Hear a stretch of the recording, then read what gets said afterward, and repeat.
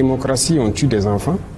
Démocratie, on largue des bombes, on tue des femmes, on tue... আফ্রিকার দেশ Burkina ফাসোর president Ibrahim Traore দেশটির সাধারণ মানুষকে গণতন্ত্রের কথা ভুলে যেতে বলেছেন। তিনি বলেছেন, এখানে গণতন্ত্র আসলে কার্যকর নয়। গণতন্ত্র মানুষকে হত্যা করে, ধ্বংস ডেকে আনে। এক্ষেত্রে তিনি লিবিয়ার উদাহরণ টেনেছেন।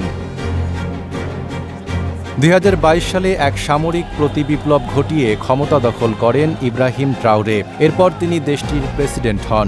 যদিও ইব্রাহিম ক্ষমতা দখলের পর নির্বাচন দেওয়ার কথা বলেছিলেন, কিন্তু এখন সেই অবস্থান থেকে সরে এসেছেন। এমনকি ৩ মাস আগে বুর্কিনা ফাসোতে সব ধরনের রাজনৈতিক দলকে বিলুপ্ত করে দেন তিনি।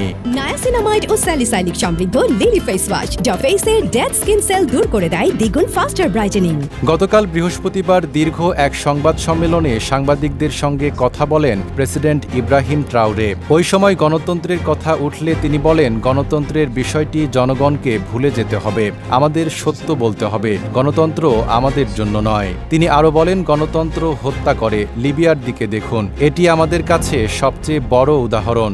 বিশ্বের যেখানেই গণতন্ত্র প্রতিষ্ঠার চেষ্টা হয়েছে, সেখানেই রক্তপাত হয়েছে।